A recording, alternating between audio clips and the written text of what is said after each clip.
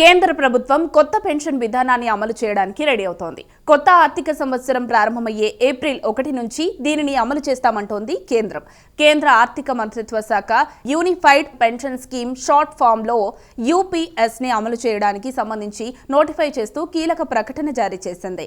పాత పెన్షన్ విధానం అలాగే నేషనల్ పెన్షన్ సిస్టంలోని పలు లాభదాయకమైన అంశాలను తీసుకుని యూనిఫైడ్ పెన్షన్ స్కీమ్ ని కేంద్రం రూపకల్పన చేసింది. దీని ప్రకారం చూస్తే కనుక కొన్ని నిబంధనలను రూపొందించారు. అందులో భాగంగా ఓ ఉద్యోగి 25 ఏళ్ల సర్వీసును కలిగి ఉండాలి.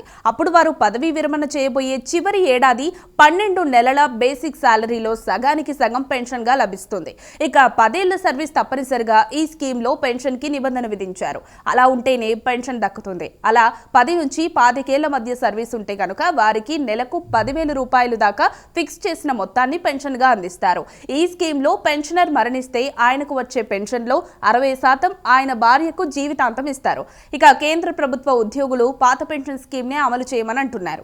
గతంలో దాని ప్లేస్ లో తీసుకుని వచ్చిన నేషనల్ పెన్షన్ సిస్టమ్ ని వారు పూర్తిగా వ్యతిరేకిస్తున్నారు.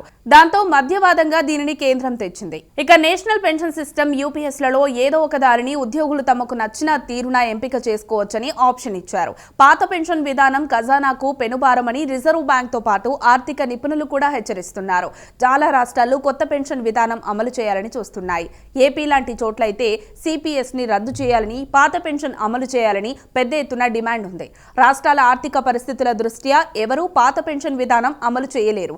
దాంతో కొత్త పెన్షన్ దిశగా ఉద్యోగులను ఎలా ఒప్పించాలన్నది ఒక సవాల్గా ఉంది.